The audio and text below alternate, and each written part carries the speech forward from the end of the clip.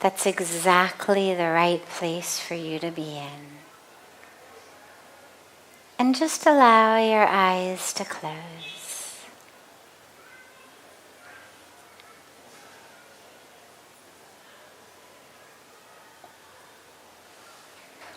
And allow your awareness, your power of attention and intention to draw inward. There's so much happening around you that so easily grabs at our organs of sensation and perception. But just take them under your control for a moment. We're not balls in a pinball machine that just bounce against the walls of the machine. Allow yourself to pull the awareness, pull the attention, and pull the focus inward.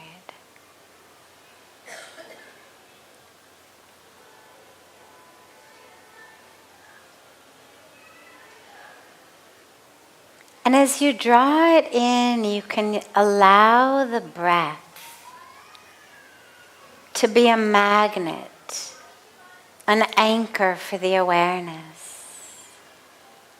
So allow that awareness to just anchor itself in your breath.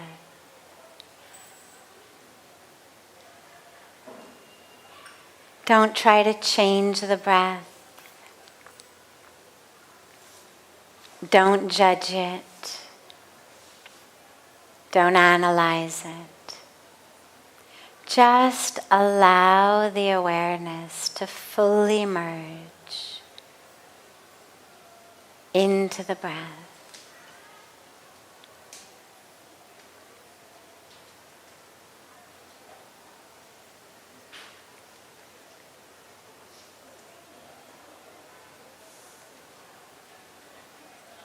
And if the mind wanders, if you get distracted, don't worry.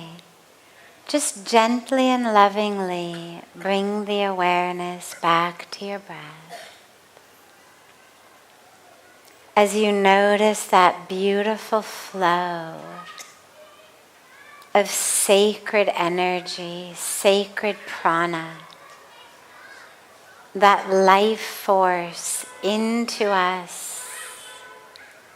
and back to the universe. Just allow yourself to notice that flow of life force in you and through you.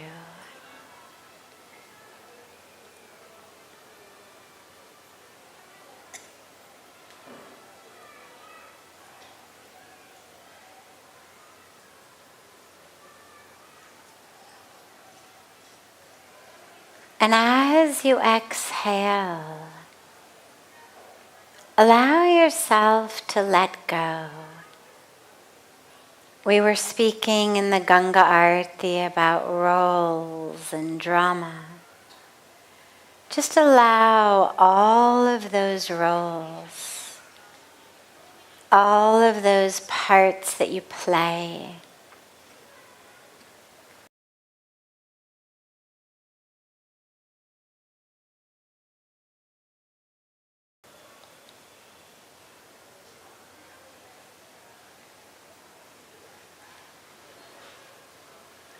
as you exhale, allow yourself to sink freer from the roles,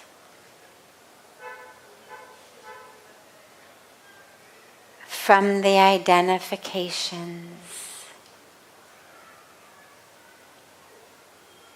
from the attachments and expectations.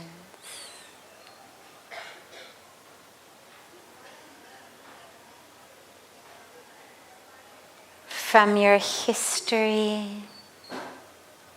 from your personality.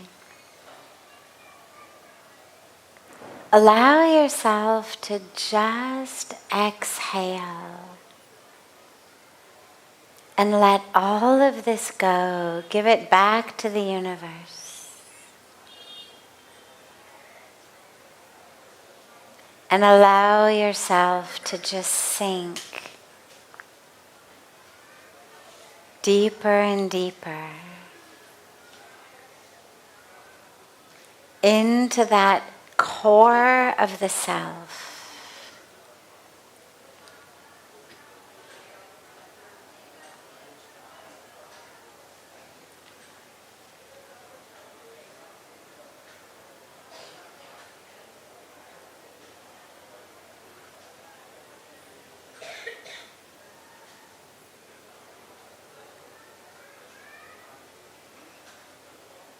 Again, if you get distracted or the mind wanders, don't worry. Just lovingly bring the awareness back to the breath and back to the very deliberate experience of consciously letting go of all of that that defines us. All of that that keeps us stuck and holds us back.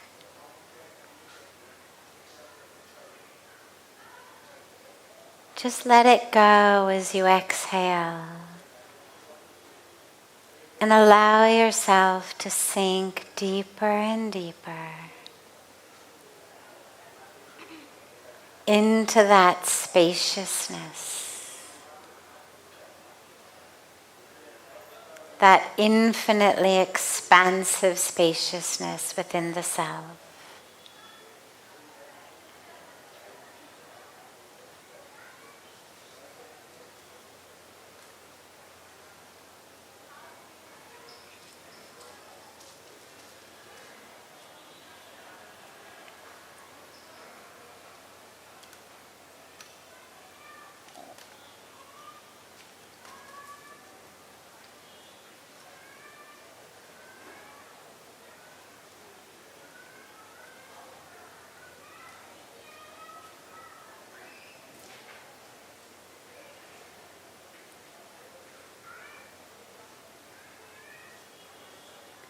Slowly and gently, bring the palms of your hands together at chest level in Namaste. And just gently rub the palms of your hands against each other.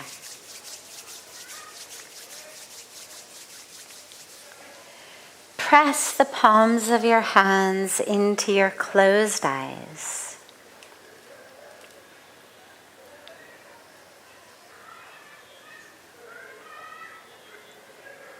Slowly lower the hands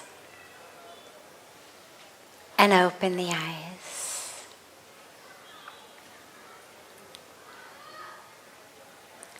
Welcome.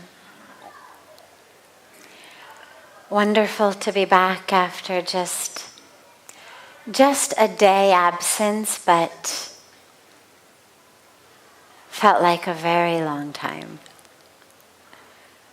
So happy to be back here, back at home, and back in satsang with all of you. So as always, we start with a question that's come in advance from our family joining us from all over the world through this gift of technology. And then we'll open it up to any questions that any of you may have. And there's 2 microphones. Oh, you have a question right away? You know what?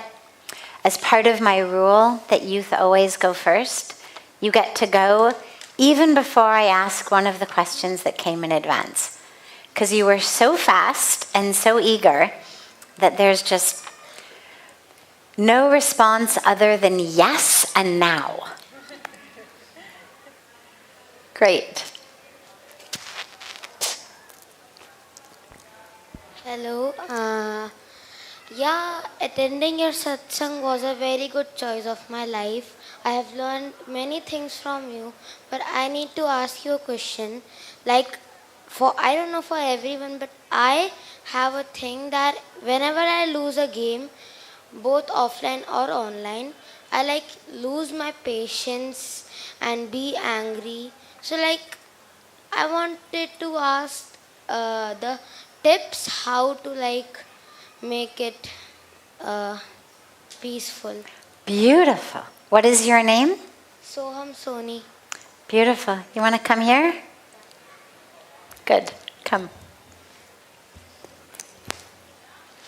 ये cordless mic देना उसका.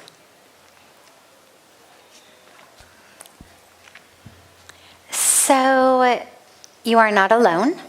Yeah. This is true for everyone I know who plays games. Yeah. And even people who don't play but just watch games. Yeah.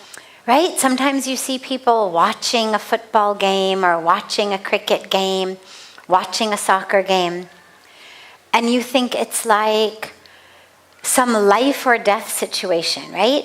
The way they scream and they yell and so you're not alone. But it's a very beautiful and very important question that you asked, because when you play a game, naturally you want to win, right? Yeah. And that's great. You should. Whatever you do, you should want to win. But what you should realize is there is something higher and more important than winning. You know what that is? Yeah. What is it? You've got the microphone. There you go. Then everybody else can hear you too. What's more important than winning? It's important that we train ourselves, but not to win only the game, but just to relax and wait for the next game for us to win. And what if you never won another game? Then what? We have to train harder and harder to win. So let me ask you something. Is there anything in the world that to you is better than winning a game? If you had a choice, over here you could win a game, and over here you could have something else. Is there anything else that would be over here that would make you say, that's more important than winning a game? To make my family proud. Wow. Beautiful.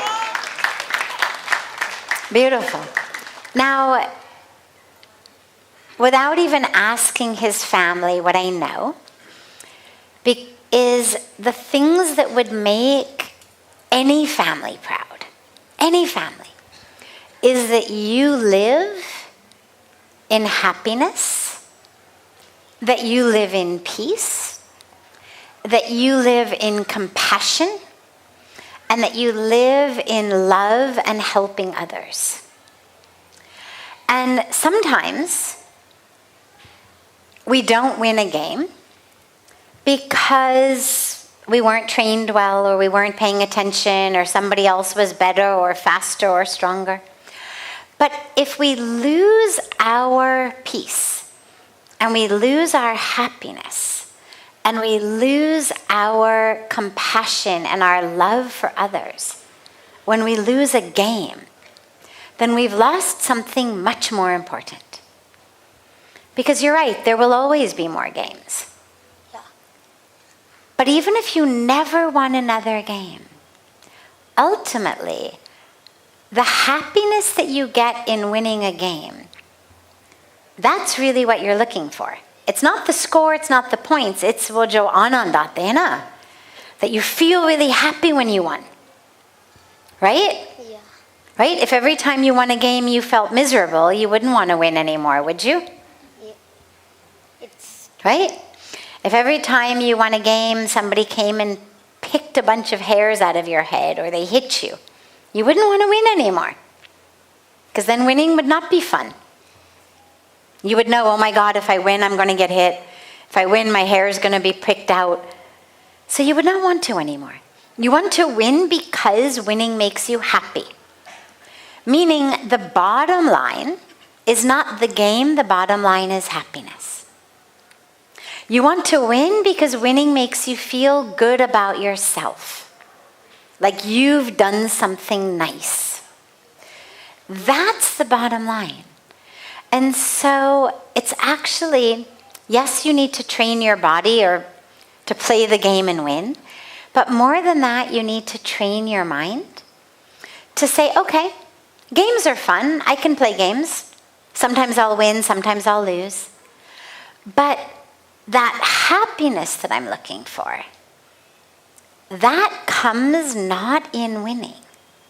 That comes when I know that I have lived in the very best way that I am capable of. I'll tell you a story. There's something called the Special Olympics. Do you know what Special Olympics means? Yeah. What is it? The people who are disabled have to play that. Exactly. So it's not that they have to play, it's that it's an Olympics for the people who are differently abled. Exactly. So one time in the Special Olympics, there was a race, 100-yard dash, 100-meter dash. And they started running. And one of the children fell and hurt his leg.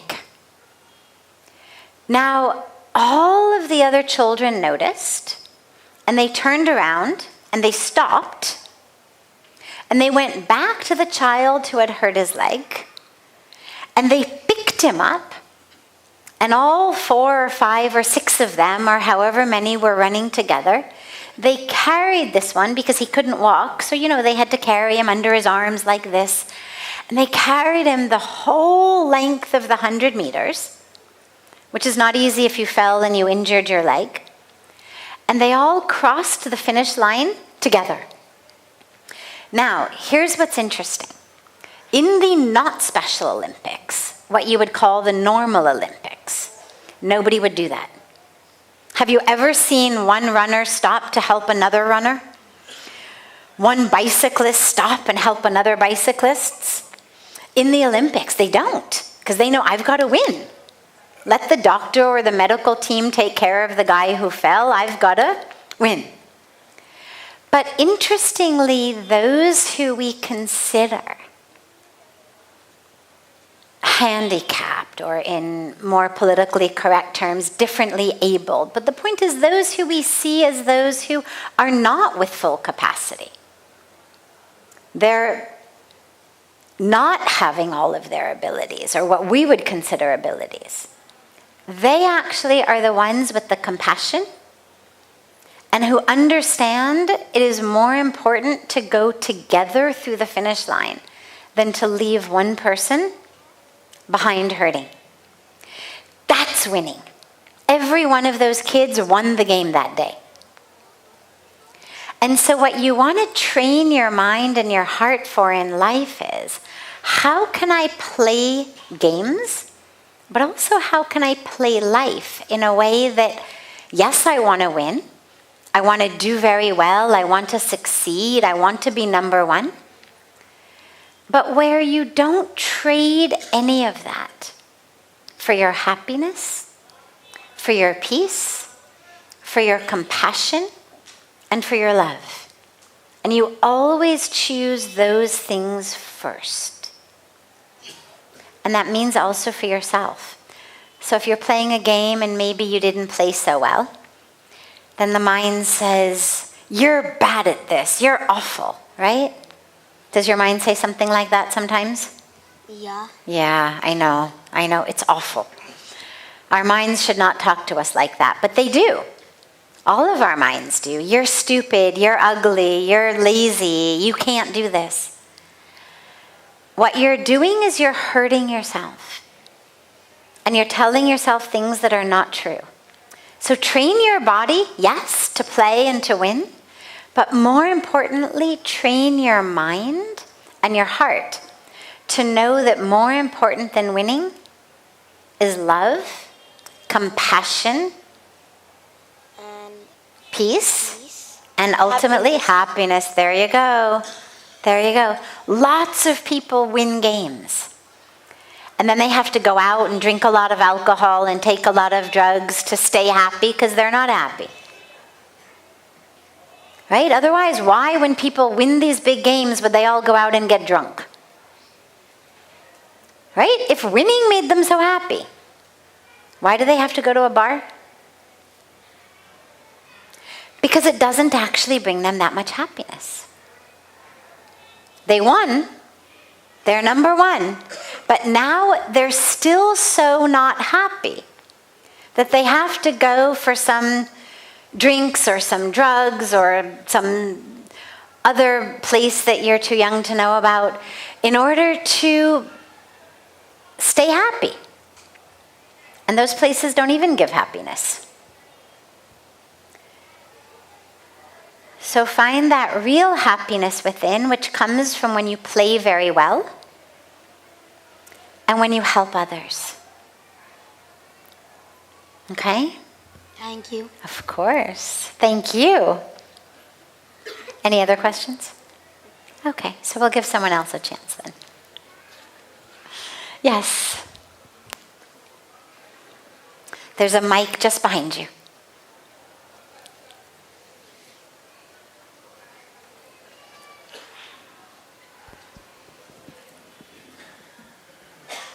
I am so thankful to be here and listening to you right now. I feel so lucky. Can you speak just a little bit louder? Yeah, I was saying I'm so thankful. Is it audible now? Yes, it is now. Thank you. Yeah. So I have one question in my mind. It's about OTT, the Netflix and all those things, Okay. they just take our time and we don't even realize how they are filling, the days and what we could do more better. Yes. We know that, but still we are addicted to watch this series and waste our time. So what to do? Yeah. Great. So technology is just a tool. It's just a tool, whether it's our mobile phones, whether it's TV, whether it's Netflix, whatever it may be, it is just a tool. We need to use it to our benefit. Think about fire. Fire is a tool. It can cook your dinner, or it can burn down your house. The problem is not fire. The problem is how we use it. If you light a fire and you stick your arm in it and your arm gets burned, well, it's not the fire's fault. You're the one who put your arm in the fire. You're the one who made the decision, consciously, unconsciously, I'm going to stand here and hold my arm in the fire. In the same way, Netflix, Amazon Prime, our TVs, our YouTube, whatever it is, it's just there, it exists. We can use it for things that benefit us, to learn, to see so much about the world, to learn about life in outer space, life under the ocean, life around planet Earth, to learn so much, to see other cultures, other people, to see art, to see beauty, to see creativity. There's nothing wrong with watching something that has been created. A movie, a film, a TV show, a documentary, whatever it may be. The problem comes when we literally throw not just our arm, but our time and our minds and our hearts and our lives into that fire. And then we say, oh, that fire. Well, it's up to us. And this is where we need to really use our power of attention, power of intention. All of these programs have one goal and one goal in mind only. Money. The longer you stare at the screen, the more money they make. all of the advertisers are paying them based on how long you stare at their screen. And so whether it's YouTube showing you video after video after video that's just going to get you more and more upset, more and more polarized, more and more shocked, more and more outraged, because they know the more worked up you are, the longer you're going to stare at the screen. Whether it's Netflix showing you this and then that, and in the middle of it an advertisement for this, it's the same thing.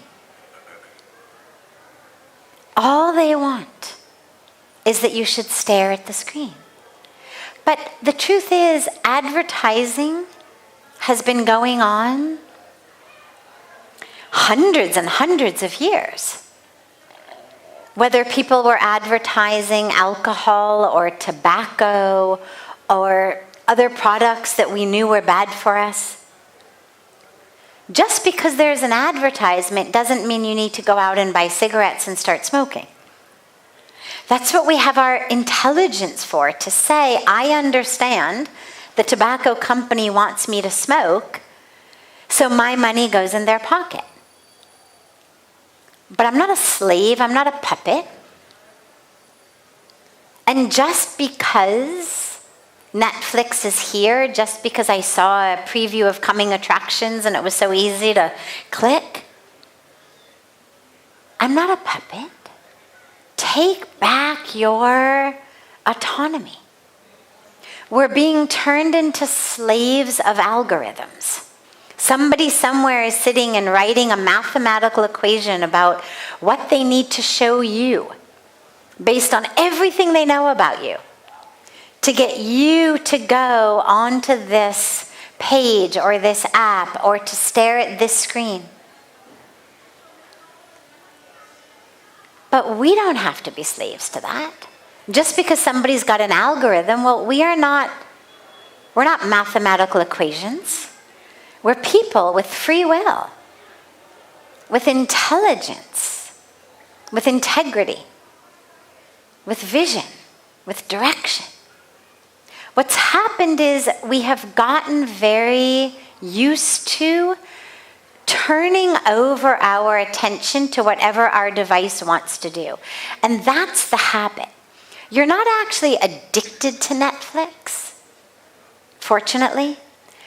What you have is a habit of turning over your attention to whatever the device wants to do with it. We just turn it on, and then we let it run the show. And like any habit, you just need to break it. We've gotten to a point where we are so dulled and numbed. Do you know that you burn fewer calories watching TV than you do sleeping? Think about that for a minute. In both cases, the body is not moving. So what's the only thing that's burning calories? Your brain. Right? Both cases, the body is still, whether I'm sleeping or I'm, lying on a couch watching a movie. In all cases, my heart is beating, my lungs are breathing, my digestive system is happening. Those are across the board. The only difference is the activity in the brain.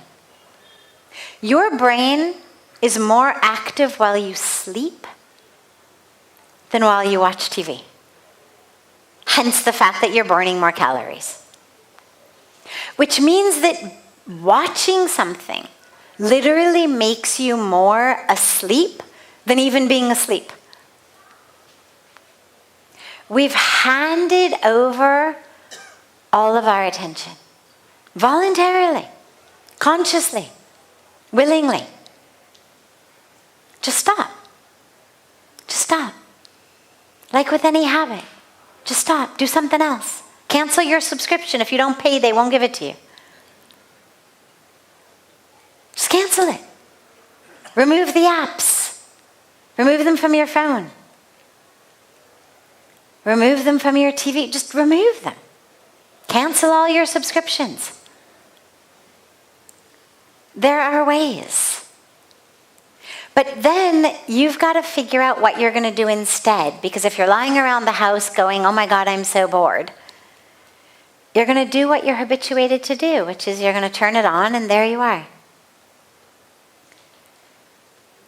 Find a beautiful hobby. Find a creative outlet. Find some seva to do. Find something that's meaningful. Something that actually fills you on a level that is much deeper than zoning out in front of a device. Make a weekly time to be with friends. Do something that is deep and fulfilling and rich and engaging. And just stop. Literally. Create a situation for yourself where you put a jar by your bed, and every time you watch Netflix, you've got to put 1,000 rupees in the jar. Right? And then at the end of the day, you have to give that jar full of money to somebody you don't like. So it's not like you get to use it at the end of the day to buy something for yourself. At the end of the day, every month, all the money in that jar goes to somebody you don't like. It's a great way to overcome habits, whatever the habit may be. Every time you do it. And if you're somebody with a lot of money, so 1,000 rupees is nothing, make it 10,000 rupees. It should hurt. It should hurt. Make it hurt. Every time you do it, just put the money in the jar. And I promise you, you're going to overcome it very quickly. But just think about, what would I be doing if I weren't zoning out mindlessly? Do you like to paint? Do you make music? Do you listen to music? Do you like to see art? Do you write poetry? Do you like to take walks in the park? Do you play sports? Do you dance? Can you tutor kids? Do you have friends or family members that you don't spend enough time with? Is there a beautiful organization you'd like to do some seva for? Is there a language you want to learn? There's so much to fill up our time. So just find things and do them, and leave Netflix aside. Beautiful. Yes? Just one second.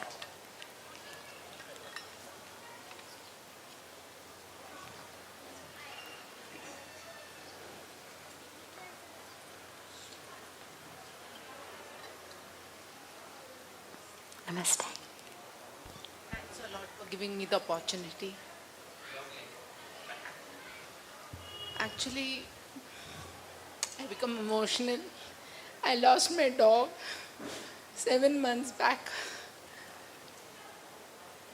But she was very dear to me. I myself and my husband, he's there. Can you hold the mic Yeah. so that we can hear you? Yeah, thank you so much. We both, she was just like a baby to us. And suddenly, 10.5 years she was. And she got sick, she got cancer. And within a month, she left us. We tried our level best. We did everything what we can. But now we are not able to overcome that. Means we are trying, we are reading. My husband, he follows you. We watch you on YouTube. We do everything. But still, that vacuum is there. Yeah. So, loss of someone we love, a dog or a human, doesn't matter. What matters is that we love. That loss is very painful. What you need to do is allow yourself to feel the grief, no problem. It will be there for a long time, maybe forever. Whenever you talk about the beloved who has passed away, there may be tears in your eyes forever. And that's okay. But we are sad, no Sadhviji. So- We are very sad. So to deal with the sadness, first of all, you have to allow the sadness. The more you try to push it away, the more it comes back with a vengeance.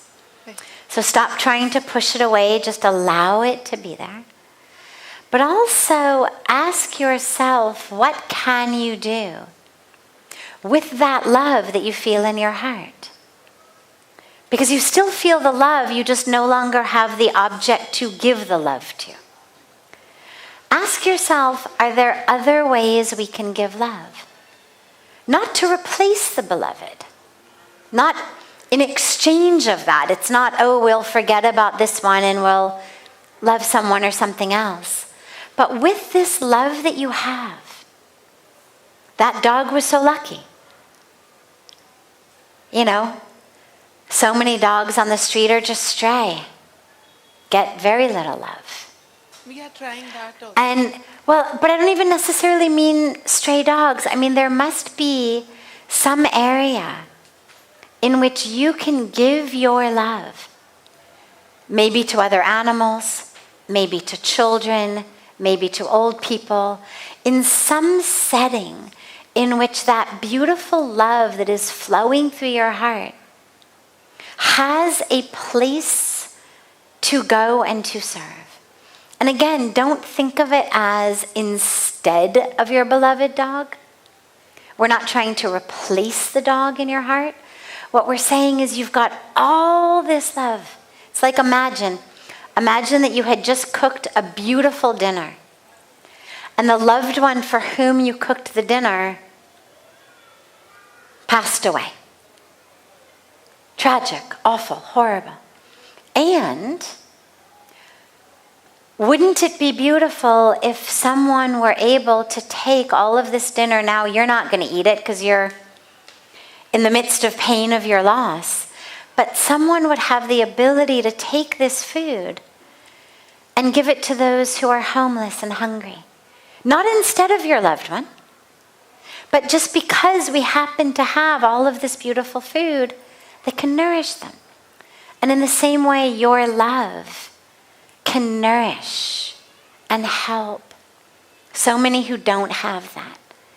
And whether it's dogs, whether it's cats, whether it's children, whether it's elderly people in a home, whether it's people in a hospital, whoever it may be, there's so many who can really benefit from that love. And so I would say a two-part solution.